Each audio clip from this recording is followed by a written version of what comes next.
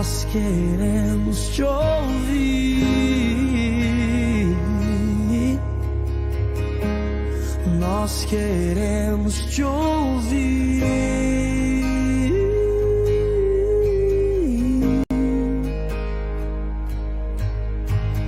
Essa casa é sua casa, nós deixamos ela pra você, Jesus.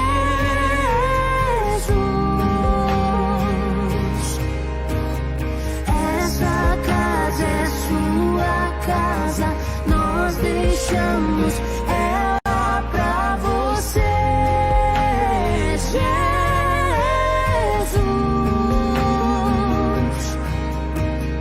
Essa casa é sua casa, nós deixamos ela pra você,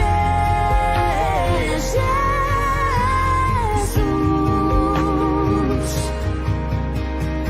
Essa casa é sua casa, nós deixamos ela pra você, Jesus.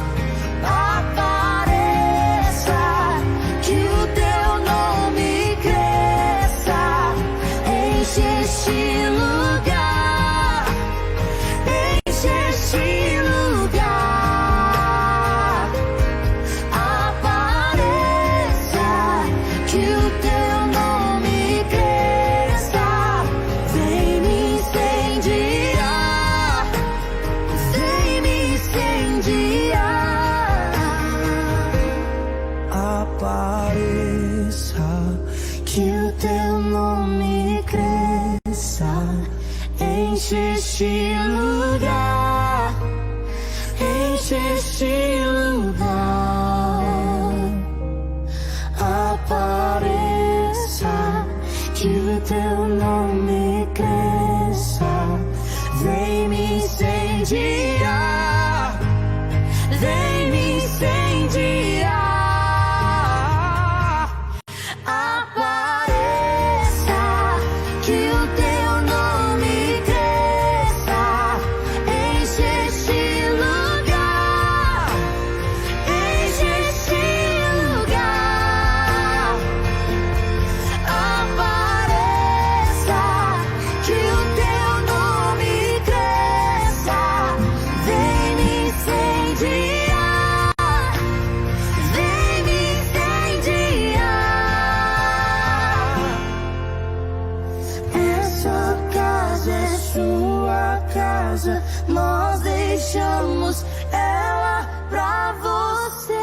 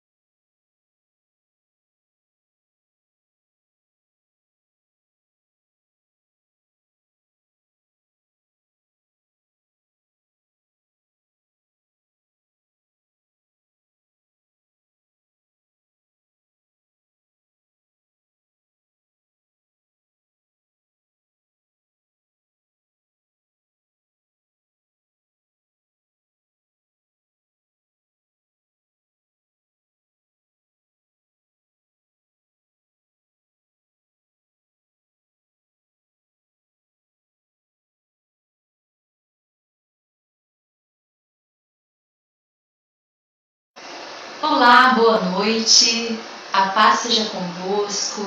Estamos começando mais uma noite de ensino bíblico. Você que é nosso aluno, vamos dar continuidade nos nossos ensinos.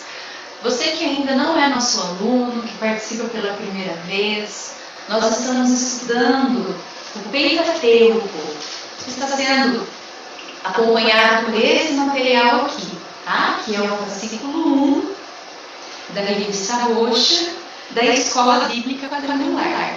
Nós estamos estudando o Pentateuco, os 5 primeiros livros da Bíblia, e hoje nós vamos encerrar o primeiro livro, que fala de Gênesis. Amém?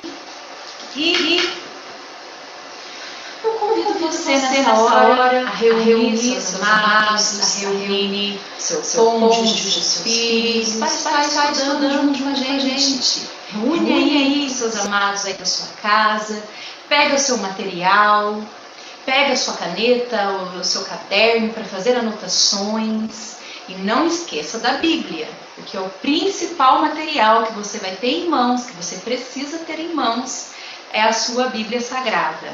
Amém? E eu convido você a parar nesse momento, né? Então, para um pouquinho nesse momento, dedica a Deus essa 1 hora no máximo em estudo da Palavra de Deus, para que você possa absorver no máximo o conteúdo. Eu tenho certeza que é assim, com diligência, o Espírito Santo de Deus, o autor das Escrituras, vai estar fazendo grandes coisas, revelando grandes coisas da palavra na sua vida. Amém? Convido também você a estar participando da aula, fazendo perguntas, fazendo colocações, dando opiniões que contribuem com a aula também. Você pode fazer isso através do Messenger, tá? Do próprio Facebook. Então, coloque aí a sua pergunta, as suas dúvidas, as suas colocações, todas elas serão esclarecidas, tá bom?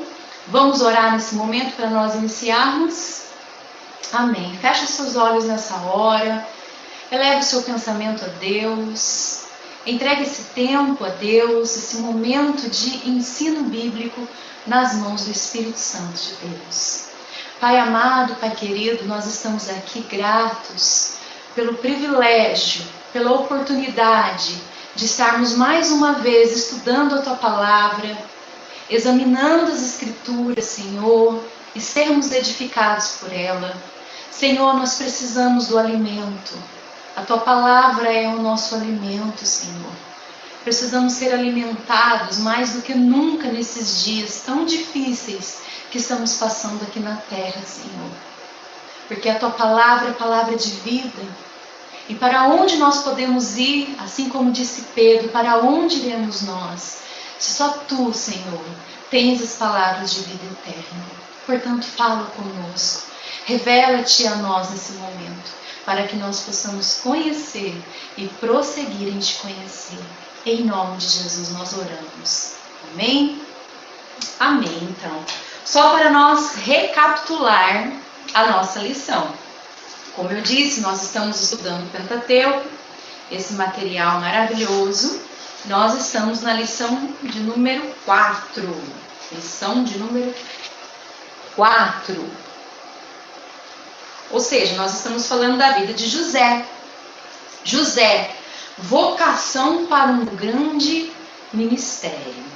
José era um menino que tinha uma vocação tremenda para exercer um grande ministério para Deus na terra. E só para complementar esse título, muito bem colocado, pessoas que têm vocação para ter um grande ministério são pessoas que geralmente sofrem grandes perseguições no meio em que vivem, né? Elas sofrem algumas perseguições, a gente pode perceber que há um exagero nessas perseguições, né? Por quê? Porque Satanás reconhece a marca dessa pessoa. E ele sabe da propensão que essa pessoa tem de ser uma grande pessoa, usado pela mão de Deus, como instrumento de Deus, para exercer um grande propósito na terra. Então ele não vai deixar essa pessoa, né, simplesmente exercendo aí grandiosamente o propósito de Deus. O que Ele puder fazer para intervir, Ele vai intervir. Então Ele pode agir nas circunstâncias, Ele pode agir em situações usando instrumentos humanos para estar trazendo perseguição na vida dessas pessoas. Assim foi com José, né? Para quê? Com o intuito de paralisar, com o intuito de fazer com que os sonhos, os planos dessa pessoa se frustrem e ele desanime. Mas nós lembramos, a própria palavra diz, que os planos de Deus, eles não podem ser frustrados. Por mais que você sofra perseguições, sofra situações difíceis, né? Pessoas, situações se levantam para tentar te paralisar, para tentar te desanimar. Saiba, os planos de Deus para a sua vida, eles não podem ser frustrados. Tudo aquilo que Deus determinou de antemão para que você ande, isso vai acontecer.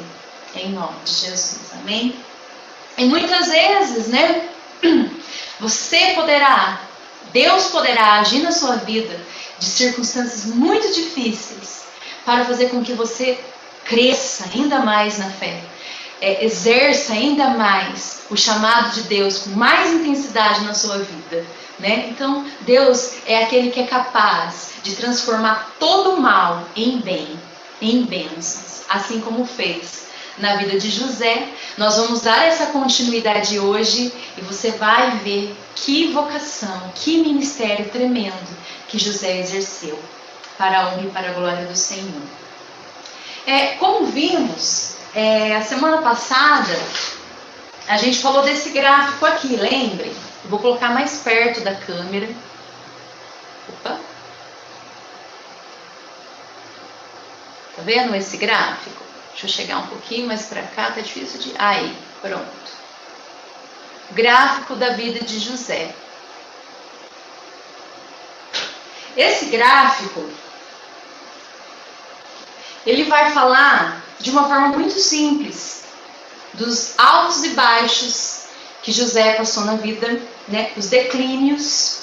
E a gente estudou em cima desse gráfico a aula passada, né? Enquanto ele estava na casa do pai, depois que ele desceu, foi para o poço, lançado no poço, enquanto ele estava no Egito, depois ele teve o maior declínio da sua vida, que foi a prisão, e a maior elevação, que foi quando ele se tornou governador do Egito.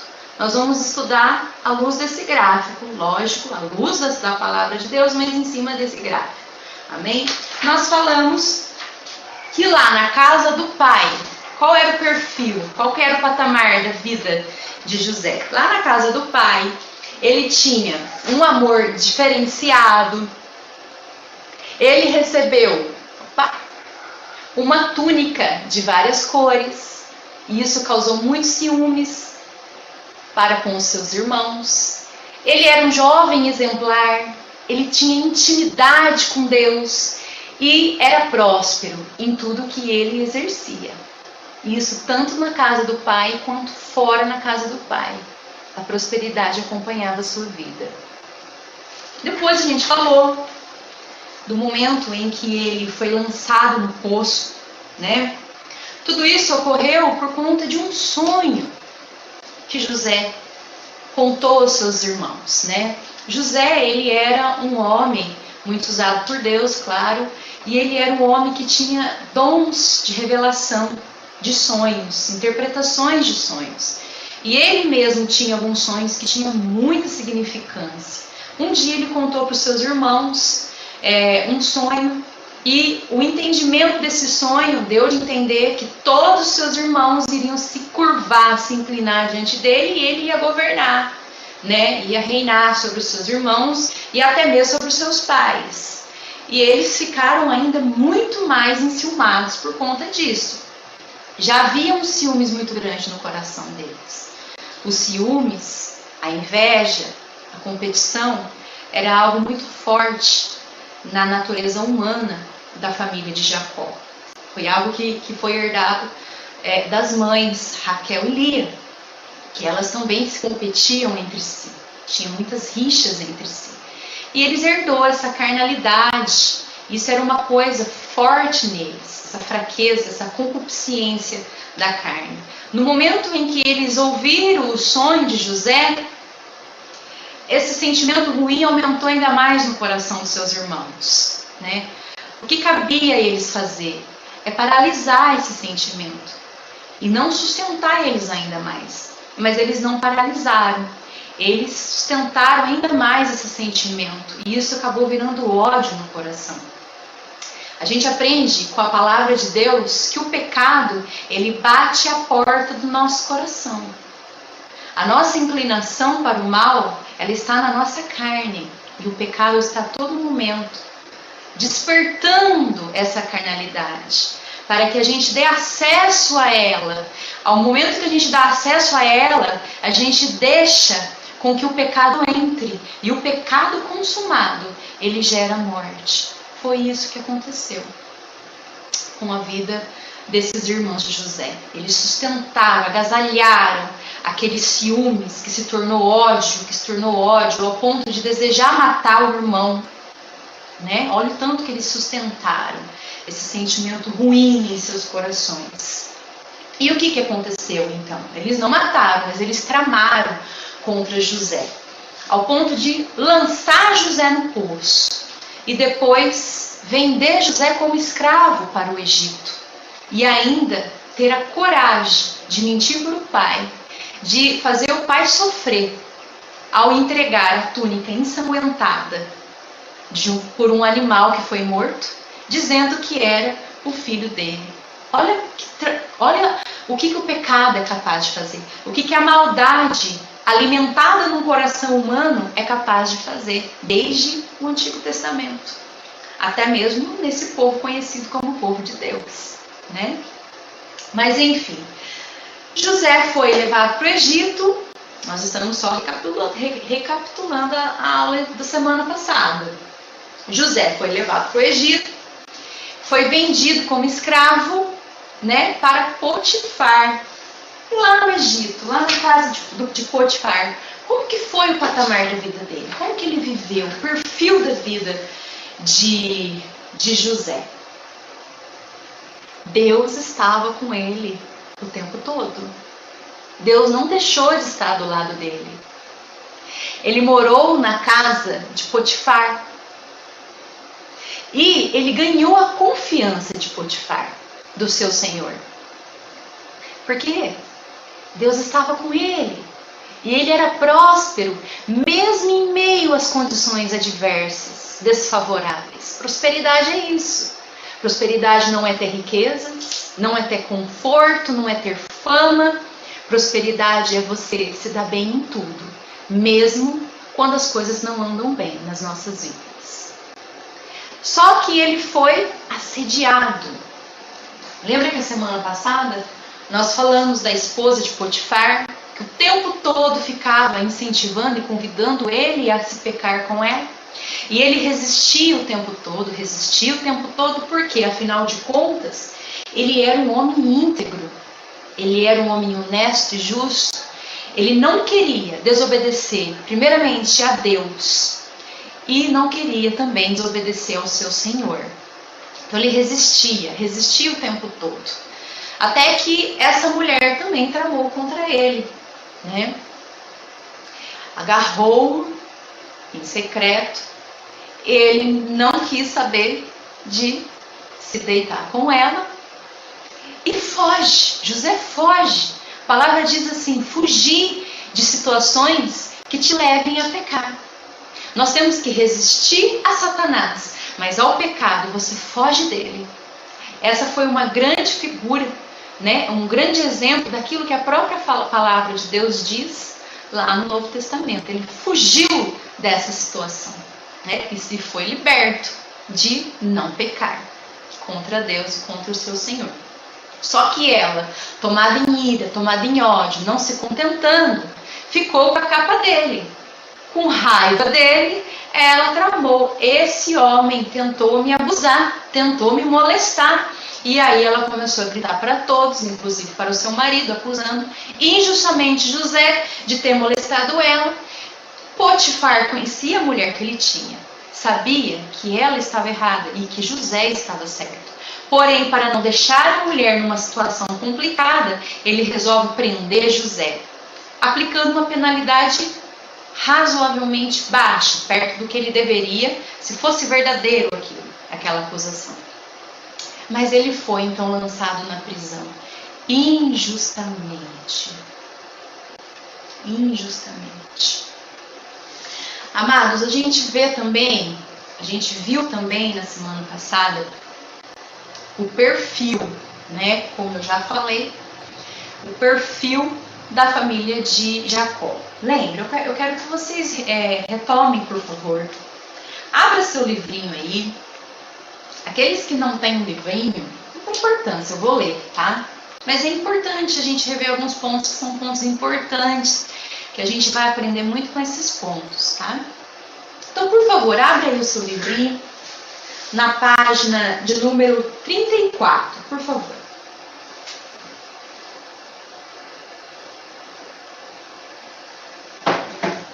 Lá na página 34, no segundo parágrafo fala: a família de Jacó passou por várias crises. Quais são?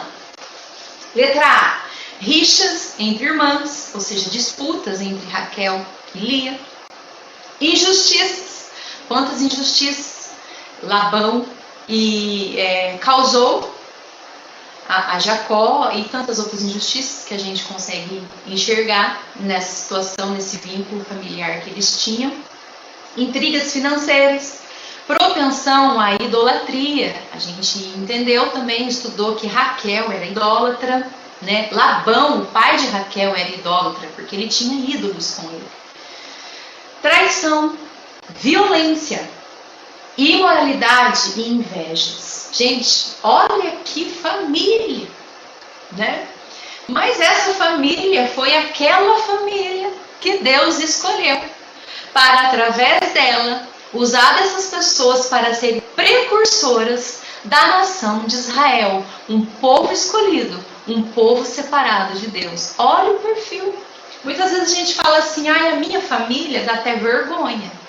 A minha família, imagina, não tem perfil para ser do altar, não tem perfil para ser de Deus. Olha cada coisa que acontece, o filho, o tio, o marido, o neto, enfim, o sobrinho.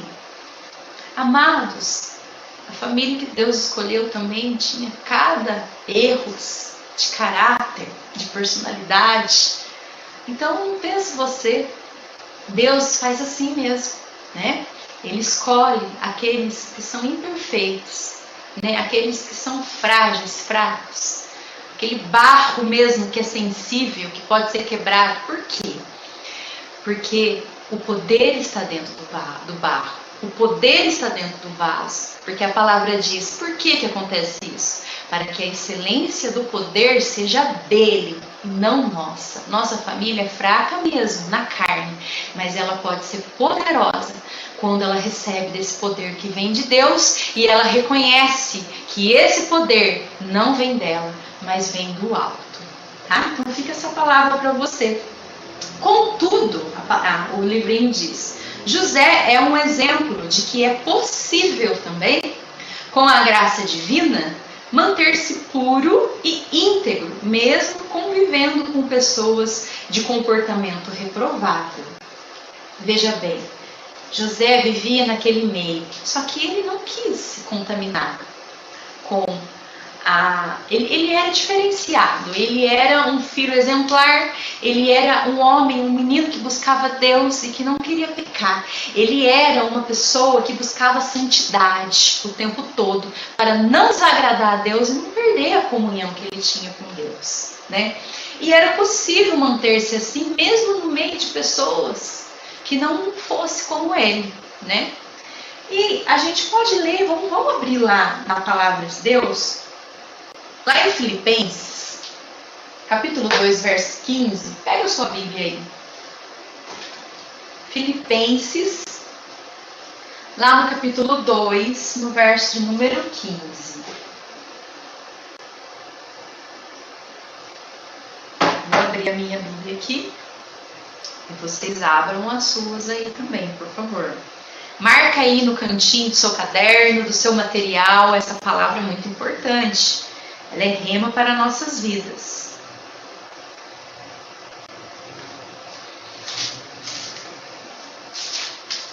Filipenses capítulo 2, verso de número 15, mas eu vou ler um pouco antes, o verso de número 12, amém?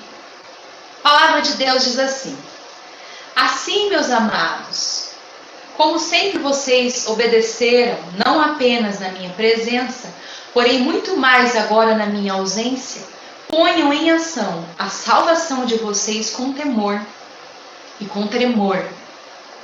Pois é Deus quem efetua em vocês tanto querer quanto realizar, de acordo com a vontade dele. Façam tudo isso sem queixas nem discussões. Olha o que a palavra diz agora. Para que venham a tornar-se puros e irrepreensíveis, filhos de Deus, inculpáveis no meio de uma geração corrompida e depravada, na qual vocês brilham como estrelas no universo, retendo firmemente a palavra da vida. Olha que coisa maravilhosa, gente. Isso significa a gente ficar por terra aquele pensamento que fala assim: ah, mas eu sou pecador mesmo, eu vou sempre pecar. Não, isso não é verdade. O pecado na nossa vida é só um erro de mira, é só um erro de alvo. Você pode sim ter uma vida santa, inculpável, irrepreensível, porque é assim que a palavra diz e ela não pode mentir.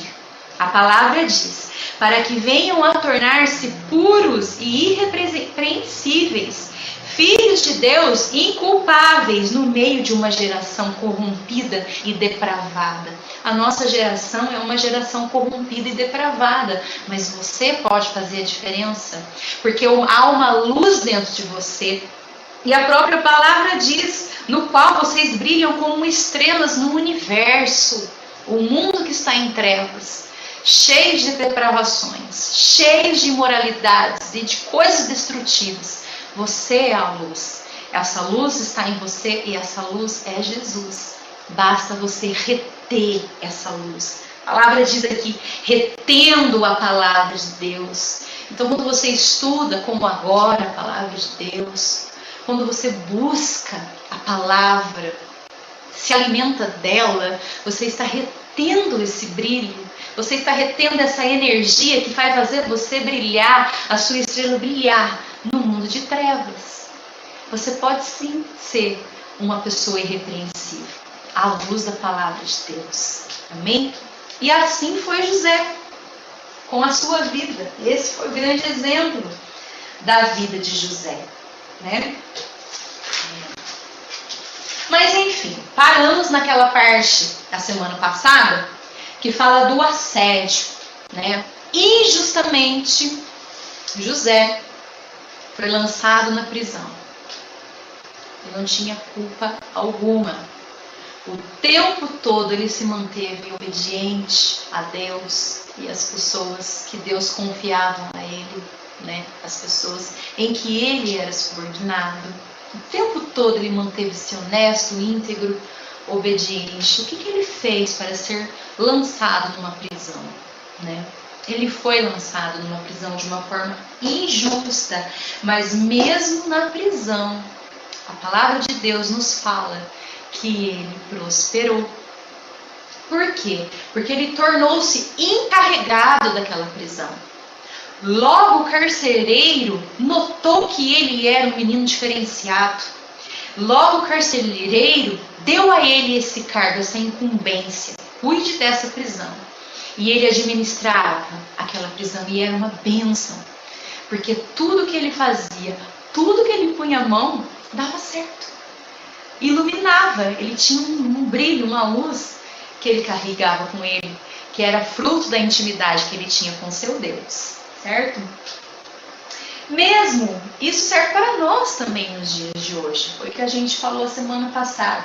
Mesmo que você esteja numa situação limitada, aí na sua casa, não podendo sair, né? Injustamente você foi obrigado a ficar preso na sua casa. Mesmo assim, nessa situação não muito favorável a nós nós podemos fazer do ambiente da nossa casa uma bênção. Aonde quer que você esteja, você pode fazer do ambiente que você está uma bênção. Você pode ser próspero em tudo. Seja na área sentimental, emocional, física, financeira, não importa. Você se dará bem em tudo.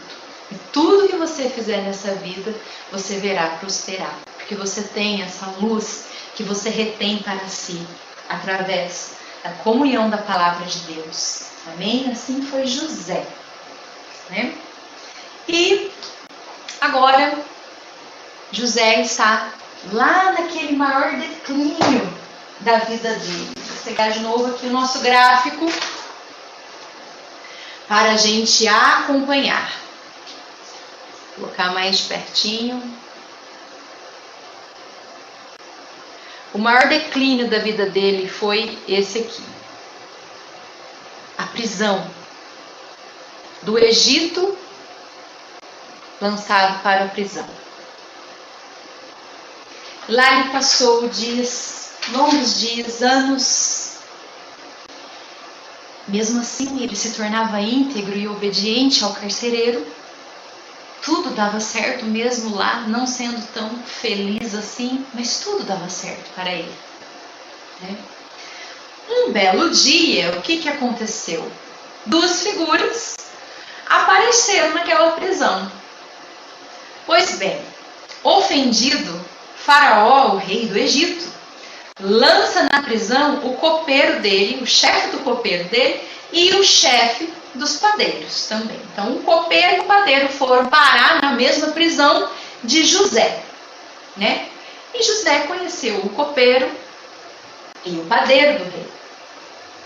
Teve um certo dia que o padeiro e o copeiro estavam muito tristes. E José percebeu, porque ele era uma pessoa muito usada por Deus, então ele tinha essa percepção. Sabe quando a gente está chateado, está precisando de uma palavra de sabedoria, vem aquela pessoa usada por Deus e já descobre na hora que a gente precisa de uma palavra? Pois é, José era esse homem. Ele percebeu que o copeiro e o padeiro não estavam bem e ele perguntou: vocês estão tristes?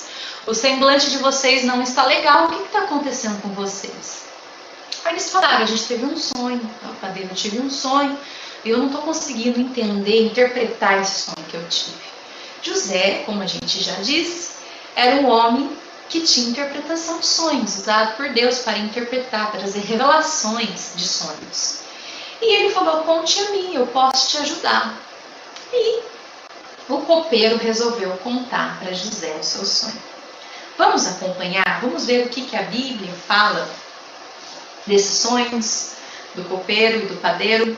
Por que é importante? A gente precisa entender o significado de sonhos, que até hoje há esse dom, o dom da interpretação, como Deus usa situações, pessoas que têm também dom de interpretação. Isso é real, a Bíblia nos traz isso.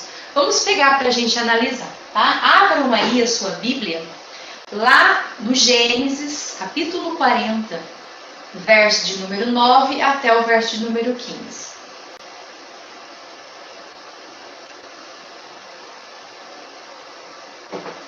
Gênesis 40, do 9 ao 15. Vou abrir a minha Bíblia enquanto você abre a de vocês, amém?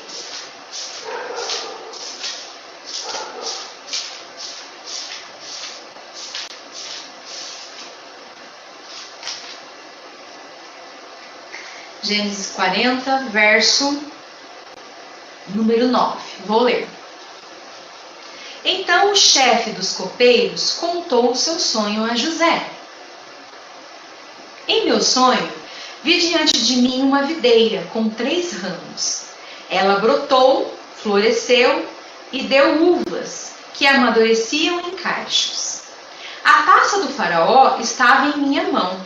Peguei as uvas e as espremi na taça do faraó e entreguei em sua mão.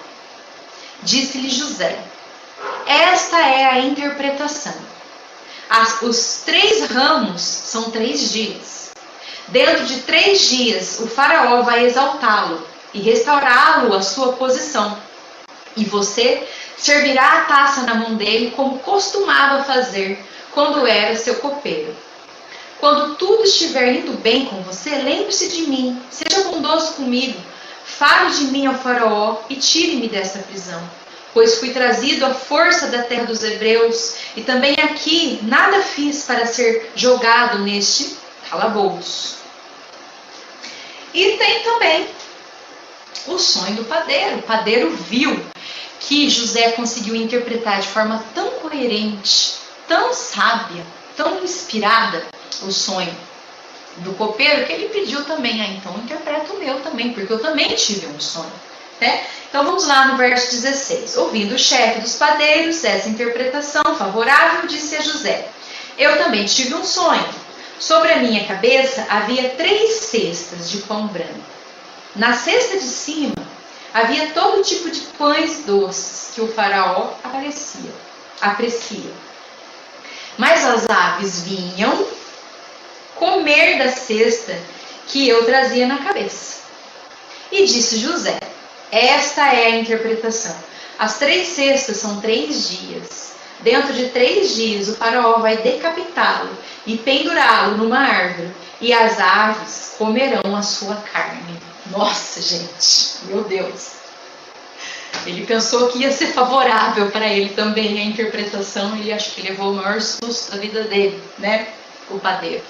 Porque a do copeiro foi favorável, mas a do padeiro não, né? Enfim, eu não sei o que aqueles dois fizeram, eu não sei o que aqueles dois aprontaram, a palavra não diz, mas com certeza eles aprontaram alguma coisa, que um deles era o culpado, mas um deve ter jogado a culpa no outro. Para resolver essa situação, o faraó lança os dois na prisão. E, com certeza, o faraó vai descobrir quem realmente causou o dano, e ele descobre que é o copeiro, livra ele da prisão, com certeza penaliza aquele que realmente foi culpado e mentiu sobre a culpa, né? Que foi o padeiro. Enfim. E o que aconteceu? Depois que isso aconteceu, né? O padeiro morreu decapitado, o copeiro saiu da prisão. José pede para ele lembrar dele, mas ele acaba esquecendo. Passou o tempo e ele acaba esquecendo de lembrar de José na prisão do faraó. Passou-se 2 anos, né? Com certeza foram 2 anos muito longos. E, de repente, o próprio faraó, rei do Egito, teve um sonho. E ele ficou muito perturbado com esse sonho também, né? Quando ele teve esse sonho, ele procurou ajuda, adivinhas, magos, feiticeiros, para interpretar o sonho que ele tinha, que estava deixando ele atordoado. E ninguém foi capaz de interpretar esse sonho que ele teve. Foi quando o copeiro lembrou finalmente que havia um homem lá na prisão, quando ele ficou, que conseguiu interpretar o sonho. E ele contou para Faraó de José: há um rapaz lá na prisão, quando você me lançou na prisão, que interpretou exatamente tudo aquilo que ia acontecer comigo e que aconteceu.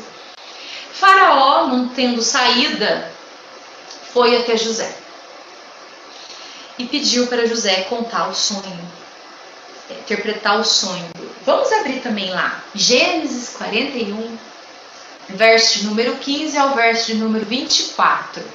Gênesis 41, 15 ao 24. Abra sua Bíblia que eu vou abrir a minha Bíblia também.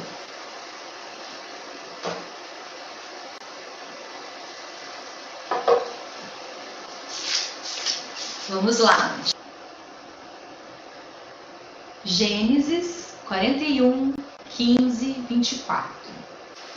O faraó disse a José: tive um sonho que ninguém consegue interpretar. Mas ouvi falar que você, ao ouvir um sonho, é capaz de interpretá-lo. Respondeu-lhe José: isso não depende de mim, mas Deus dará ao faraó uma resposta favorável. Olha que coisa mais linda, um exemplo de humildade. O dom que José tinha, ele vem de Deus, toda boa dádiva vem de Deus. Então ele reconhecia isso. Olha que coisa maravilhosa. Então o faraó contou o sonho a José.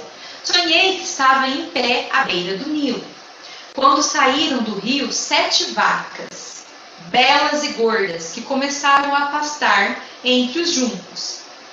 Depois saíram outras 7, raquíticas, muito feias e magras. Nunca vi vacas tão feias em toda a terra do Egito.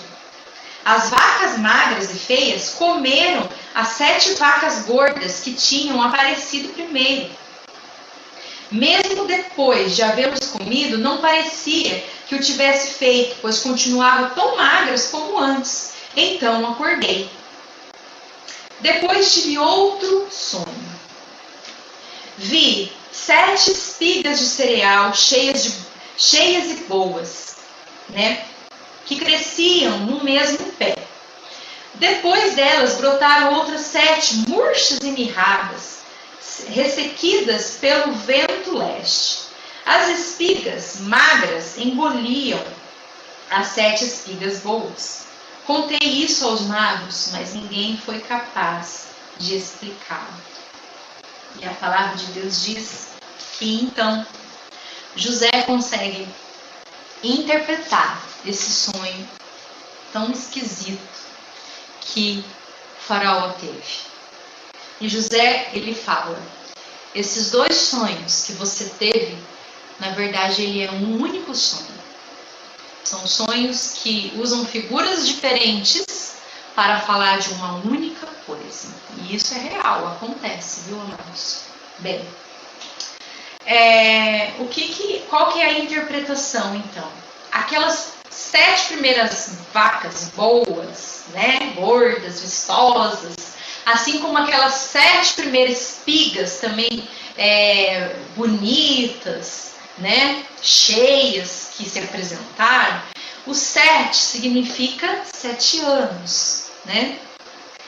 E todas elas saíram do Nilo. A gente entende que o rio Nilo era um rio que faz parte da região geográfica do Egito. Então estava se referindo ao território do Egito.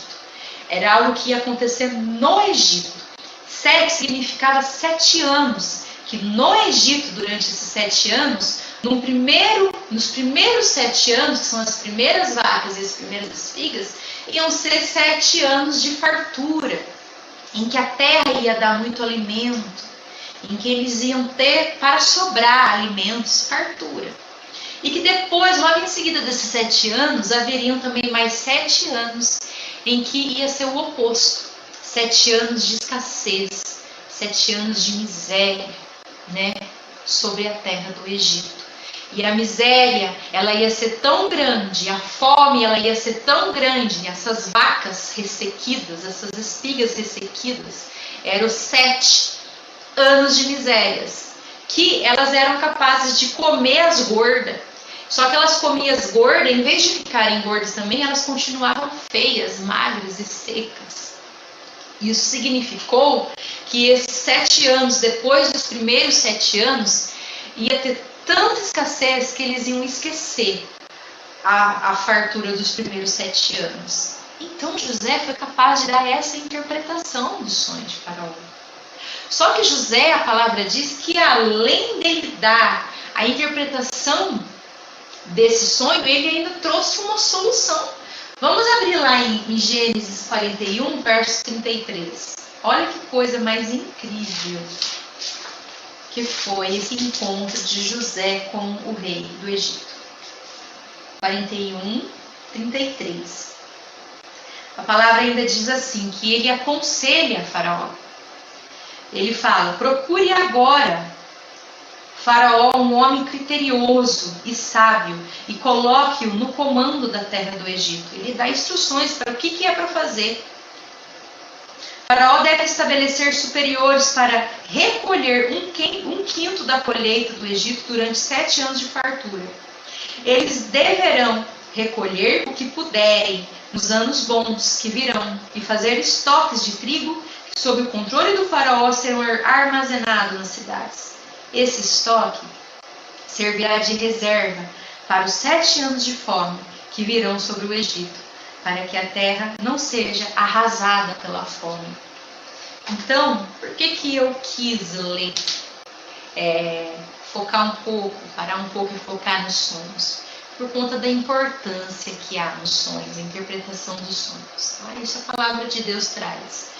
Que quando Deus dá a interpretação de sonhos para alguém, com certeza Deus vai usar essa pessoa também, vai levantar essa pessoa também para dar uma palavra de sabedoria.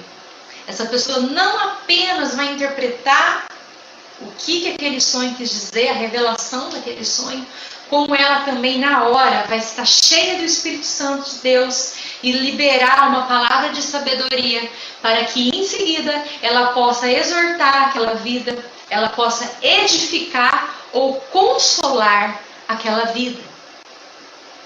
Porque esse é o interesse de Deus. Deus não vai dar um sonho, não vai levantar ninguém para interpretar qualquer coisa, se Ele não vai completar. Se Ele já não vai vir com a solução para aquilo, né? Então José fez isso. Ele não só interpretou, como ele entrou com uma solução, com uma palavra de sabedoria, né? E isso é que é lindo. Esse trabalhar de Deus, essa pessoa ser deixada trabalhar de Deus. Amém? E só para a gente concluir essa parte, vale a pena a gente também seguir a leitura lá em Gênesis 41, verso 37.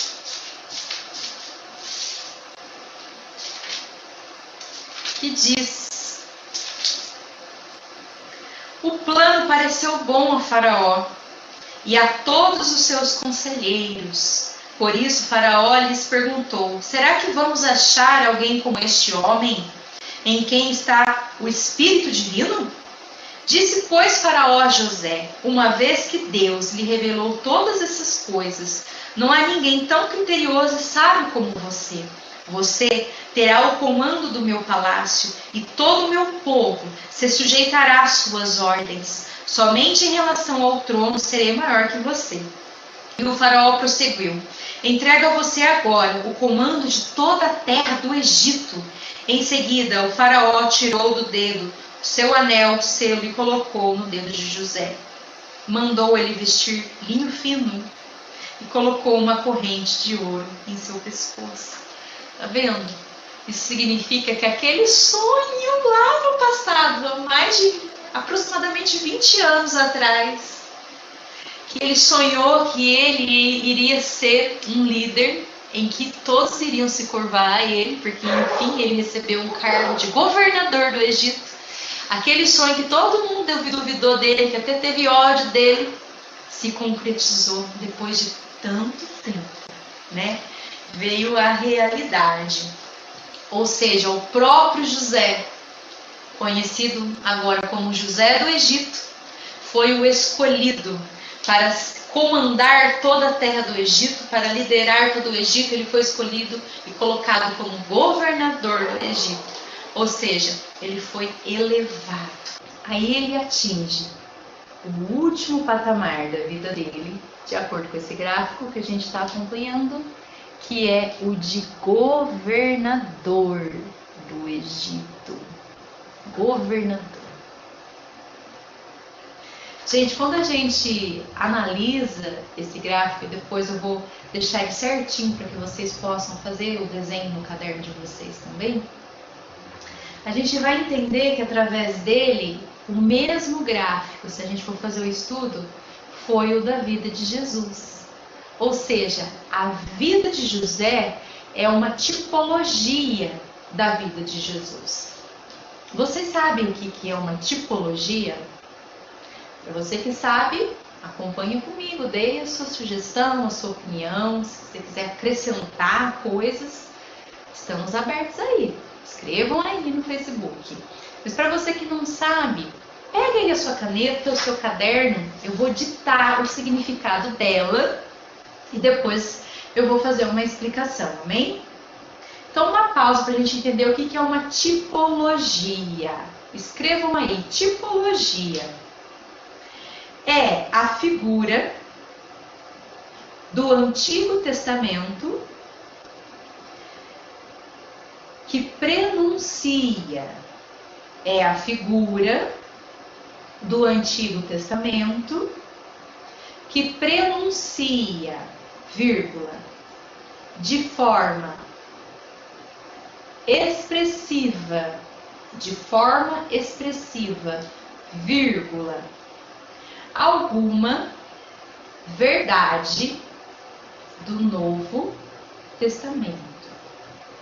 Alguma verdade do Novo Testamento. Então a frase ficou assim: tipologia é a figura do Antigo Testamento que prenuncia de forma expressiva alguma verdade do Novo Testamento.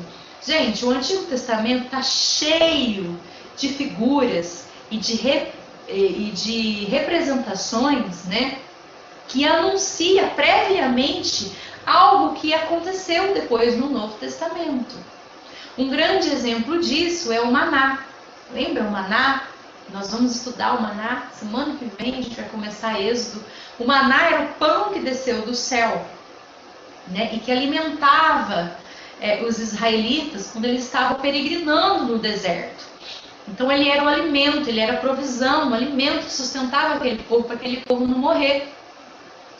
E o maná, aquele pão que caía do céu, que Deus mandava todo dia de manhã para eles, ele era a tipologia de Jesus, o pão vivo que desceu do céu, que isso foi citado pelo próprio Jesus no Evangelho de João, que fala: eu sou o pão vivo que desceu do céu. Quem comer desse pão não morrerá, mas terá a vida eterna.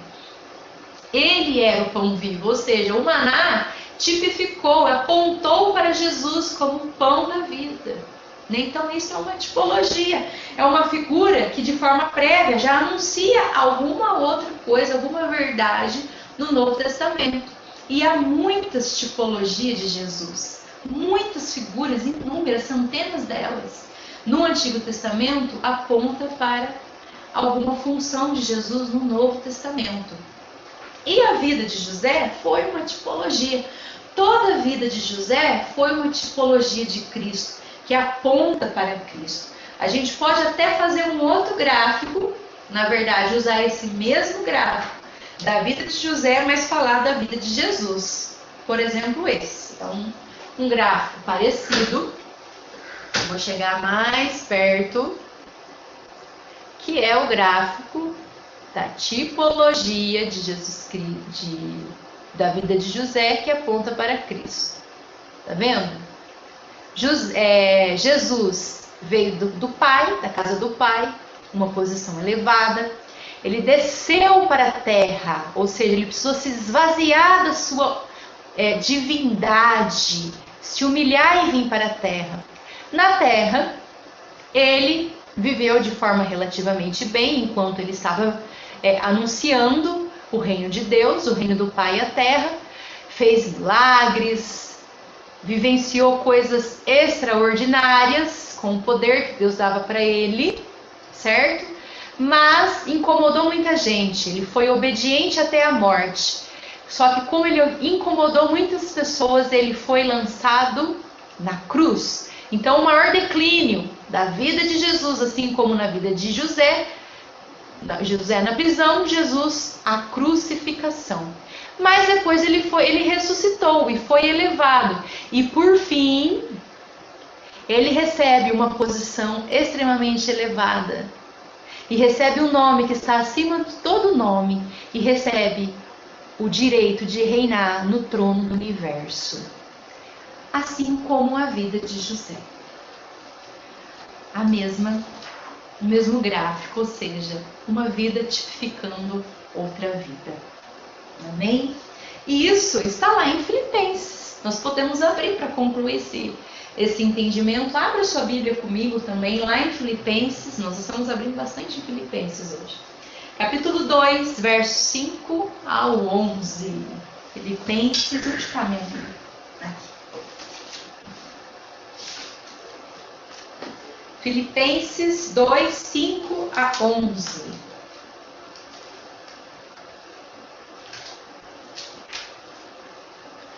Aquilo que a gente acabou de falar, a palavra diz assim: seja a atitude de vocês a mesma de Cristo Jesus, que embora sendo Deus lá na casa do Pai, não considerou que o ser igual a Deus era algo que devia apegar-se, mas esvaziou de si mesmo, ou seja, esvaziou do ser Deus. vindo a ser servo, ó, o primeiro declínio, tornando-se semelhante aos homens.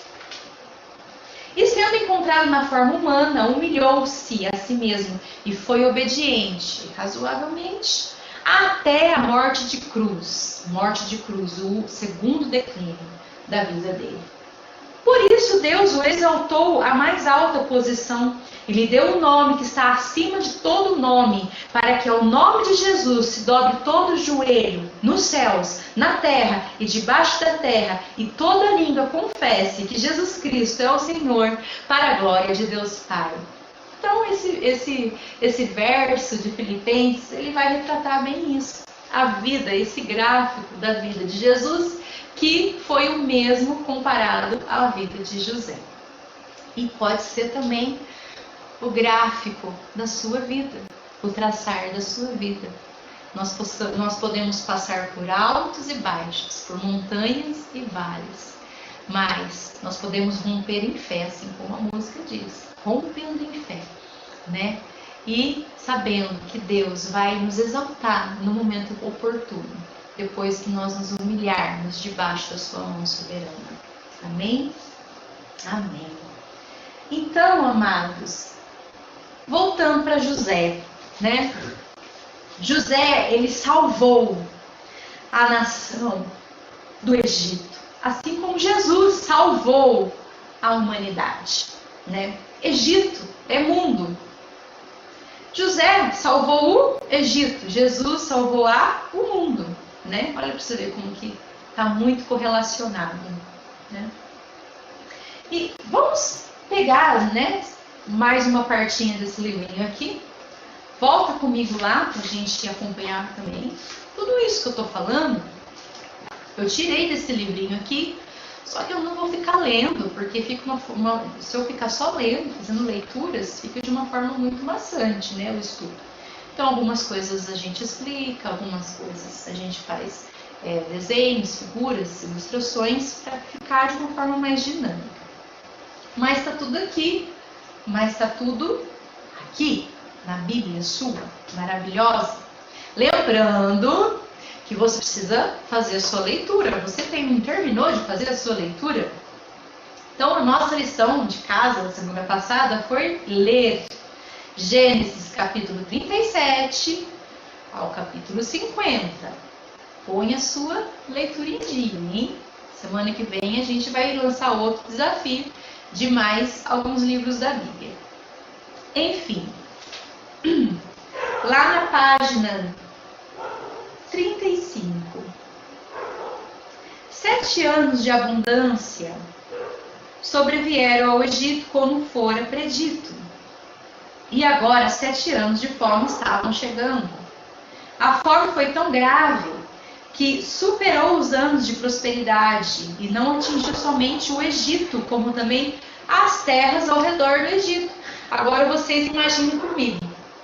Quais eram as terras ao redor do Egito? Canaã foi atingido? Com certeza. Aonde estava a família de José? Os irmãos que lançaram José no poço, onde eles estavam? Eles estavam sendo atingidos por essa crise também. Eles estavam sendo atingidos pela mesma miséria. A terra em nenhum lugar dava alimento. E o que aconteceu? Vizinhanças, nações vizinhas vinham até o Egito para comprar mantimento do Egito. Né? Então isso foi algo também que fez com que o Egito prosperasse ainda mais, né? Lucrasse com isso. Tudo com essa ideia de José. E o que aconteceu? É nesse momento, voltando aqui a nossa leitura, é nesse momento que os irmãos de Jacó vêm ao Egito para pedir socorro a Faraó, sem saber que José era o seu administrador. José estava com aquela vestimenta diferenciada, característica dos governadores do Egito. Então eles não reconheceram, passou os anos e eles não reconheceram José, eles nem imaginavam que poderia ser José, mas José reconheceu os irmãos. A palavra diz que José reconheceu cada um deles. E um turbilhão de emoções no coração de José, cenas começaram a submergir a mente, vindo do inconsciente para a consciência, né? Enfim, ele passou por dias difíceis, porque toda aquela recordação horrível do seu passado veio à mente na hora que ele aproximou-se dos seus irmãos, né? José reconhece os seus irmãos, beneficia-os e depois de prová-los, revela-se como irmão deles e os perdoam por sua maldade. Olha só, coração de José, como era um coração bom. Ele demonstrou ter um coração bom e ele entendeu que todas aquelas coisas ruins que aconteceram na vida dele, todo o mal que foram feito por ele, Deus é aquele que foi capaz e que é capaz de reverter o mal em bem. Ele entendeu isso. Ele entendeu os propósitos de Deus, por isso ele não se tornou uma pessoa amargurada, muito menos uma pessoa vingativa, que ele poderia se vingar. Ele tinha o poder nas mãos para se vingar dos seus irmãos. Mas ele entendeu os propósitos de Deus e ele agiu com misericórdia, ele agiu com amor, ele livrou os irmãos. A palavra diz que depois que ele se revelou aos seus irmãos, depois de perdoar os seus irmãos, né? Não foi de uma hora para outra. Se você for ver no livro de Gênesis, ele teve um processo. Gente, o perdão, ele não é um sentimento, ele não é uma emoção. Eu sinto que eu perdoei. Não, se você for depender de sentir alguma coisa para liberar perdão, você nunca vai perdoar. Porque o perdão não é um sentimento. O sentimento de dor continuou no coração de José. Mas ele decidiu perdoar. Perdão é uma decisão. Eu decido perdoar. E depois Deus vai curando a nossa alma, as nossas feridas, as enfermidades que a gente traz no nosso coração. Mas é um processo. Não é de uma hora para outra. Não foi de uma hora para outra. Mas ele deixou ser trabalhado por Deus. Ele deixou Deus tratar dos ressentimentos, das mágoas. Ele deixou Deus tratar. E foi linda a história de Deus. No final das contas, toda a família de José é trazida para o Egito. Que José quis o melhor para o pai, para os seus irmãos, para a sua descendência.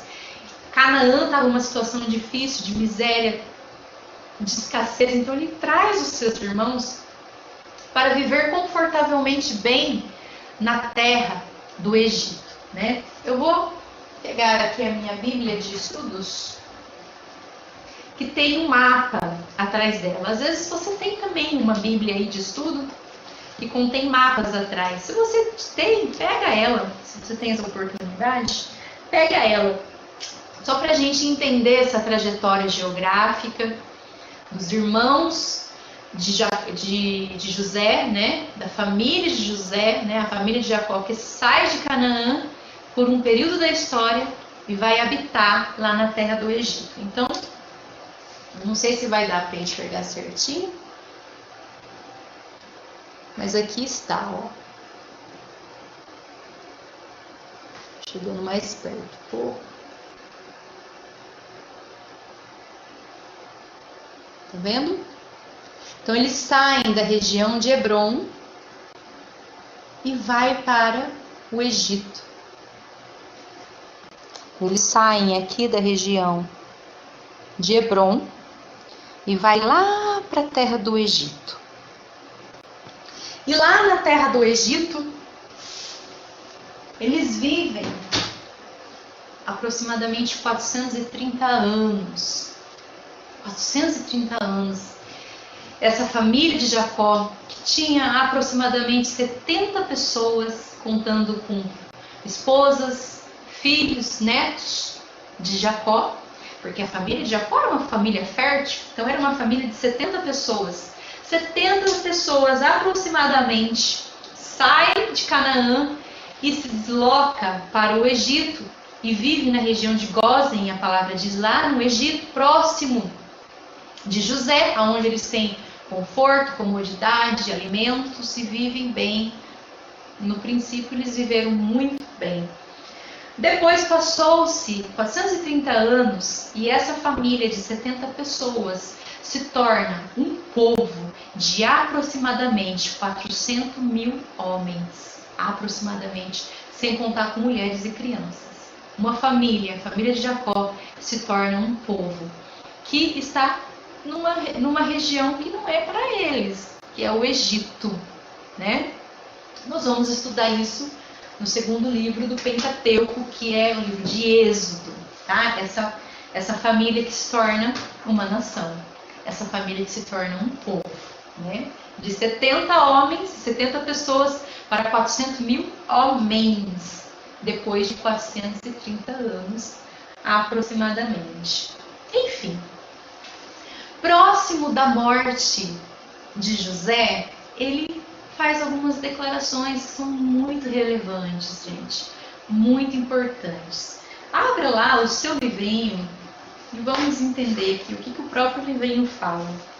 Apesar de ter acolhido Jacó, página 35.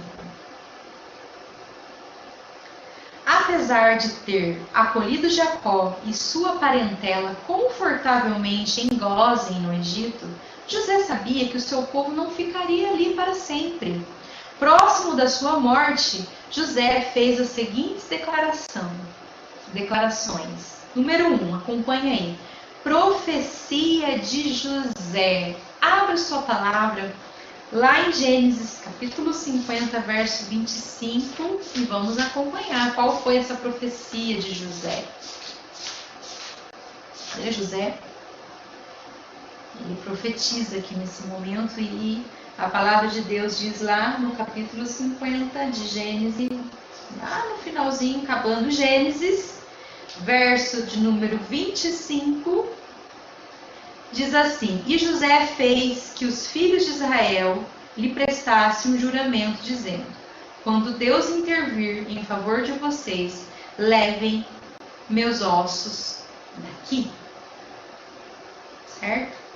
Então, este servo do Senhor conscientizou os hebreus que no tempo certo Deus interviria tirando-os do Egito para conduzi-los, de fato, a uma terra permanente.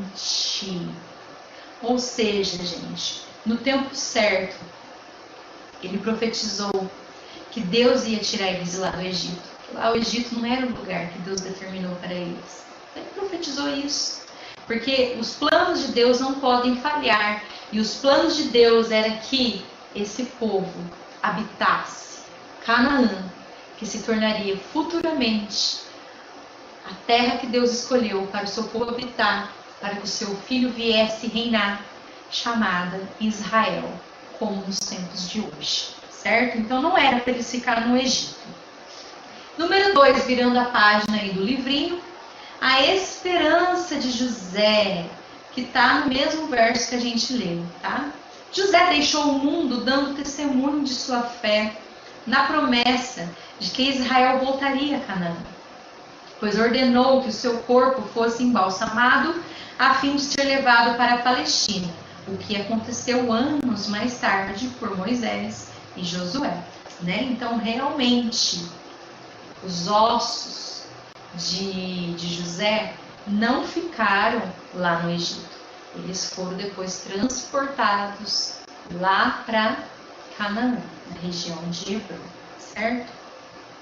Ou seja, a gente aprende o exemplo de fé que José deixou, mesmo morrendo, ele não deixou de plantar uma palavra de fé, né?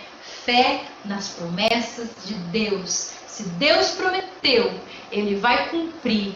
Pode passar o tempo que for, pode mudar a geração que for, eu posso até não estar vivo, mas Ele prometeu. E um dia, aquilo que Ele prometeu, Ele vai cumprir, porque o nosso Deus não é homem para mentir, né? Ele cumpre as suas promessas. Amém? E para concluir, antes da gente fazer os nossos exercícios, o livrinho fala aí, conclusão. Todas as dificuldades que se enfrentam na vida cristã são planos divinos. para ensinar o cristão a depender e confiar somente de Deus.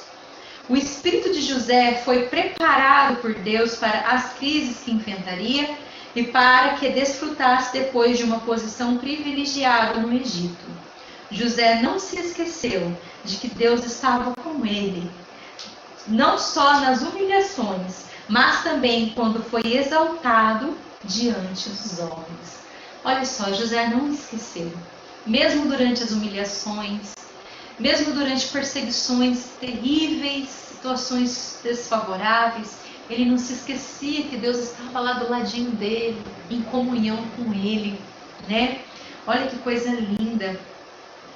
Diante de todas as dificuldades que ele teve fé. E no momento oportuno Deus os exaltou. Amém? Então essa é a nossa conclusão, essa é a aplicação para a minha, para a sua vida também dessa lição de hoje, a lição número 4. E agora, nós vamos responder as 3 perguntinhas, né, para refletirmos no conteúdo, assim como cada lição nos traz, né, 3 reflexões aí, 3 questões. Vamos responder. Você que tem o livrinho, você já tem as perguntas, né? Se você que não tem, eu vou ditar rapidamente, você vai escrever aí, depois você vai responder.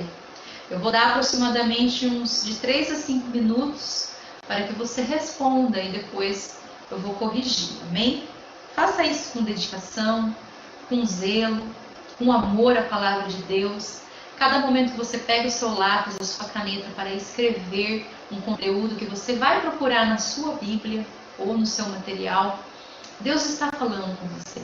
Deus está usando esse momento para te edificar na palavra dele, para te sustentar com um pão vivo. Amém? Então vamos lá. Hora de reflexão. Número 1. Escrevam aí. Quem foi José? Cite algumas de suas qualidades. Número 2. Não se preocupe que depois eu vou deixar na tela as questões para você copiar e responder ou somente responder. Número 2. Na casa de Potifar, que luta José teve que enfrentar? Que consequências sofreu? Por ter interpretado sonhos de Faraó, o que aconteceu com José? Vamos lá? 5 minutinhos para a gente responder. Para que vocês possam responder. Responda aí, 5 minutinhos a gente vai deixar. Santo Espírito, és bem-vindo aqui. Vem inundar, encher esse lugar.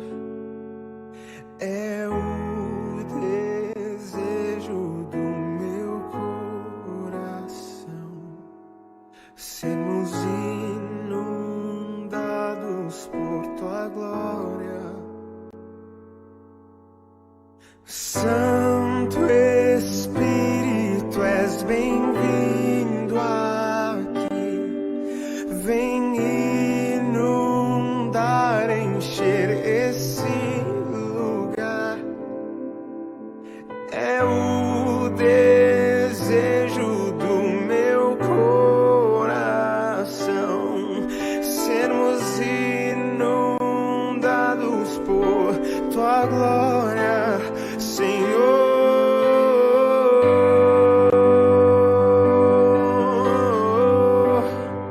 Sua presença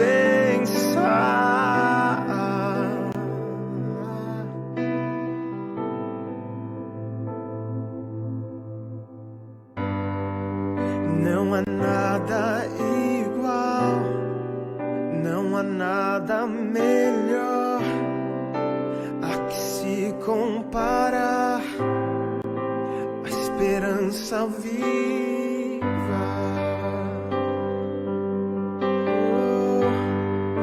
tua presença.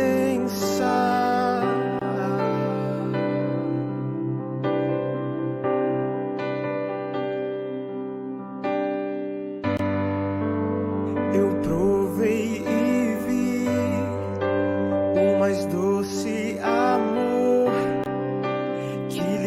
liberta o meu ser e a vergonha desfaz.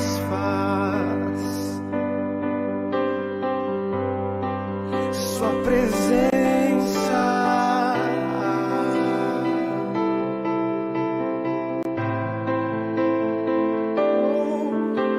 Santo Espírito, és bem-vindo aqui.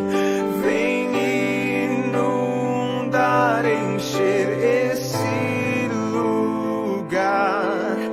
É o desejo do meu coração, sermos inundados por tua glória, Senhor.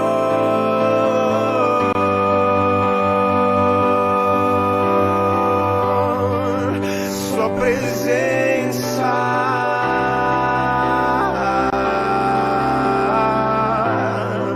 sua presença,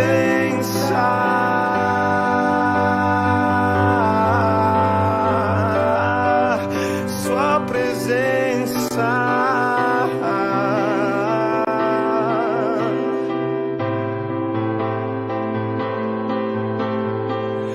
Vamos provar o quão real é tua presença. Vamos provar tua glória e bondade. Vamos provar o quão real é tua presença. Vamos provar tua glória e bondade, Senhor.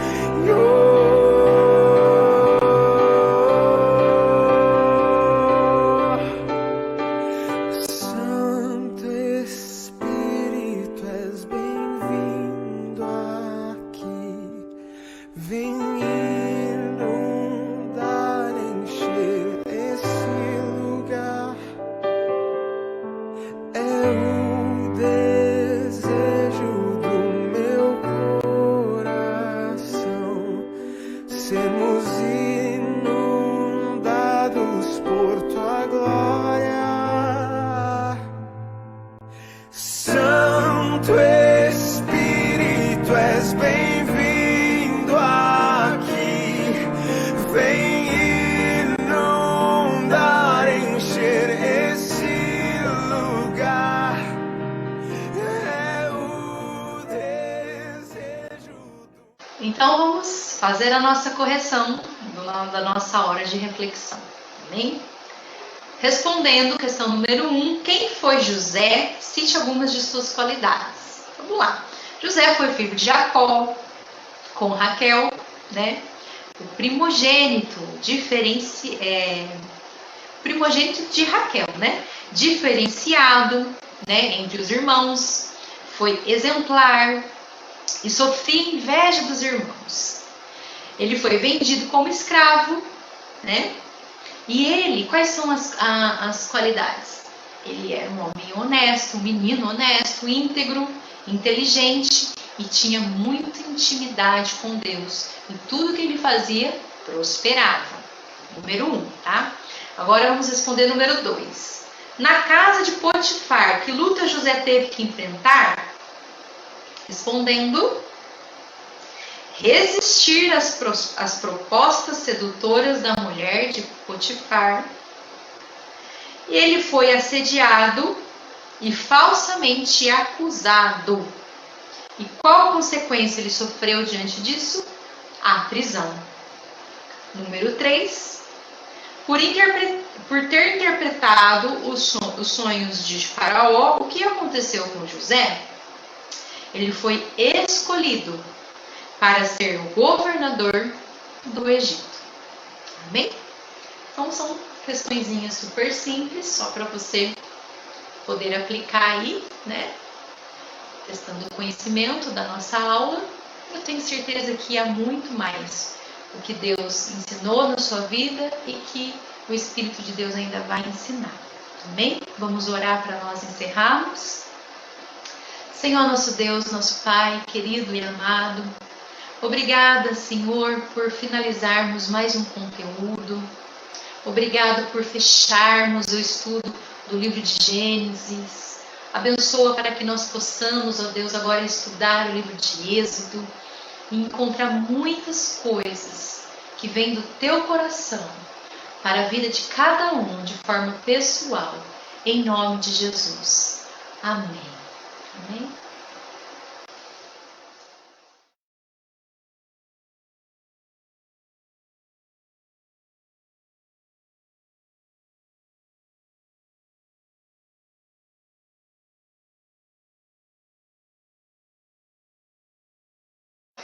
Olá, boa noite, a paz seja convosco.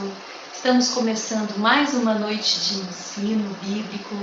Você que é nosso aluno, vamos dar continuidade nos nossos ensinos. Você que ainda não é nosso aluno, que participa pela primeira vez, nós estamos estudando o Pentateuco, que está sendo acompanhado por esse material aqui, tá? Que é o fascículo 1 da Revista Roxa, da Escola Bíblica Quadrangular. Nós estamos estudando o Pentateuco, os 5 primeiros livros da Bíblia, e hoje nós vamos encerrar o primeiro livro, que fala de Gênesis. Amém? E eu convido você nessa hora a reunir seus amados, a reunir seu cônjuge, seus filhos, para estar estudando junto com a gente. Reúne aí os seus amados aí da sua casa, pega o seu material, pega a sua caneta ou o seu caderno para fazer anotações e não esqueça da Bíblia, porque é o principal material que você vai ter em mãos, que você